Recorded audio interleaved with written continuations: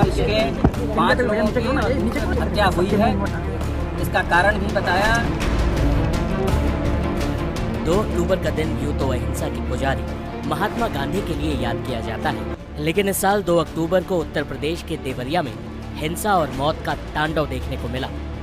उत्तर प्रदेश के देवरिया में एक ही परिवार के 5 लोगों के जघन्य हत्याकांड ने सारे प्रदेश को दहला कर रख दिया है। 10 बीघे जमीन के लिए हुए इस विवाद में अब तक 6 लोगों की जान जा चुकी है। सत्यप्रकाश दुबे के परिवार के 5 लोगों की नृशंस हत्या हो गई, लेकिन उस परिवार का सबसे बड़ा बेटा देवेश भागवत कथा के कारण बच गया। दरअसल घटना वाली रात देवेश भागवत कथा कराने दूसरे गांव गया हुआ था। 2 अक्टूबर को ही उसके छोटे भाई अनमोल, जिसे प्यार से सब गांधी बुलाते थे, उसका जन्मदिन था। लेकिन जिस छोटे भाई के जन्मदिन की पार्टी होनी थी, वो अस्पताल में जिंदगी और मौत की लड़ाई लड़ रहा है। सीएम योगी भी गोरखपुर के बीआरडी अस्पताल में घायल अनमोल से मिलने पहुंचे। लेकिन सबसे बड़ा सवाल लोगों के जहन में ये उठ रहा है कि आखिर इतने बड़े हत्याकांड की असली वजह क्या थी। दोनों पक्षों की ओर से दावे किए जा रहे हैं। हम आपको देवरिया हत्याकांड की पूरी कहानी जो अब तक सामने आई है इस वीडियो में बताने जा रहे हैं।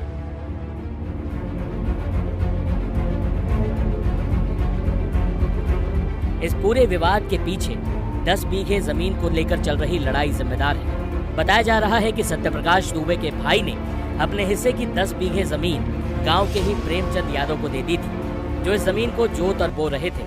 इसी जमीन को लेकर दोनों पक्षों में विवाद चल रहा था। मामला कोर्ट में भी था। अक्सर प्रेमचंद यादव और सत्यप्रकाश दुबे के बीच इस मुद्दे को लेकर कहासुनी होती रहती थी। कुछ इसी तरह सोमवार को भी पहले प्रेमचंद यादव और सत्यप्रकाश दुबे के बीच कहासुनी शुरू हुई। सत्यप्रकाश दुबे के बड़े बेटे देवेश ने आरोप लगाया कि प्रेमचंद यादव गाली गलौज कर रहा था और उसकी बहन के साथ भी उसने गलत हरकत की। इसके कुछ समय बाद प्रेमचंद यादव की लाश मिली। आरोप ये लगा कि सत्यप्रकाश दुबे के परिवार ने पीट कर प्रेमचंद यादव की हत्या कर दी है। बस फिर क्या था, ये देखकर प्रेमचंद यादव के परिजनों का गुस्सा भड़क उठा और 20 से 25 हथियारबंद लोग लेहड़ा टोला में दाखिल हुए और सत्यप्रकाश दुबे और उनके परिवार के 4 लोगों की हत्या कर दी। दरवाजों को तोड़ते हुए भीड़ ने महज 20 मिनट में पूरे परिवार पर गोलियां बरसाई, धारदार हथियार चलाए और फरार हो गए। इस हमले में सत्यप्रकाश दुबे, उनकी पत्नी, 2 बेटियां और एक बेटे की मौत हो गई।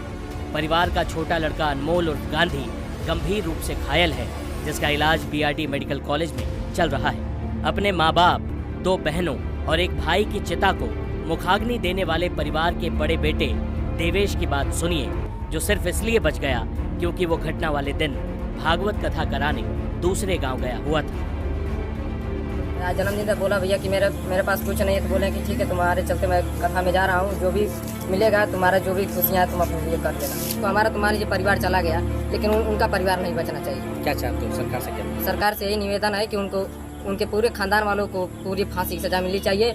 और रह गई बात कि हमारे, ताकि जीवन में किसी के परिवार को आके उठा कर ताकि। दोनों पक्षों की तरफ से मुकदमा दर्ज कराया गया है। मृतक सत्यप्रकाश दुबे की बेटी शोभिता की तहरीर पर पुलिस ने 302, 307 और 504 जैसी गंभीर धाराओं में केस दर्ज किया है। इसमें 27 नामजद और 50 अज्ञात लोग हैं। पुलिस ने अभी तक 14 लोगों को हिरासत में लिया है। आरोपियों के घर बुलडोजर एक्शन की भी तैयारी चल रही है। सीएम योगी खुद इस पूरे मामले की मॉनिटरिंग कर रहे हैं।